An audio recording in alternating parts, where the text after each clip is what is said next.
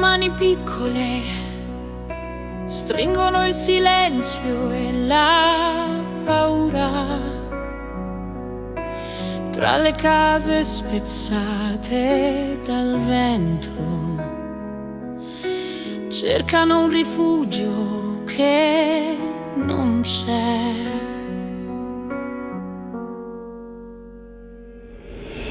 Il gioco interrotto a metà, il futuro bruciato nell'aria, un sorriso rubato dal fumo che il tempo non può restituire. Occhi senza cielo che gridano al mondo, perché bambini di polvere e neve con sogni dispersi nel buio. Chi li raccoglierà? Chi li salverà?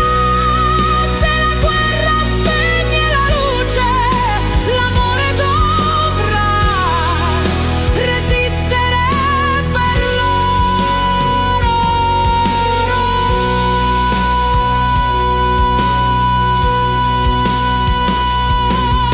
Camminano nell'ombra di strade che non hanno ritorno, tenendo in tasca la speranza come un frammento di vita nascosta.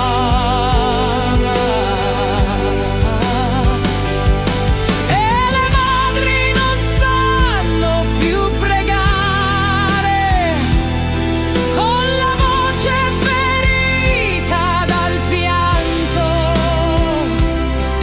ma un abbraccio diventa frontiera contro la violenza del tempo.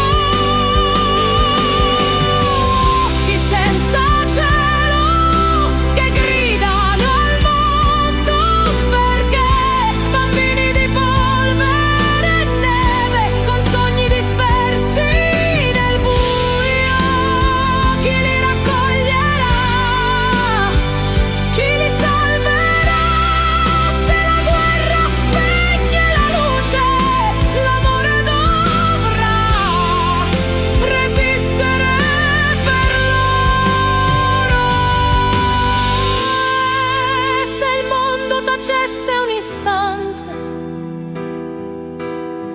per ascoltare il loro silenzio, forse nascerebbe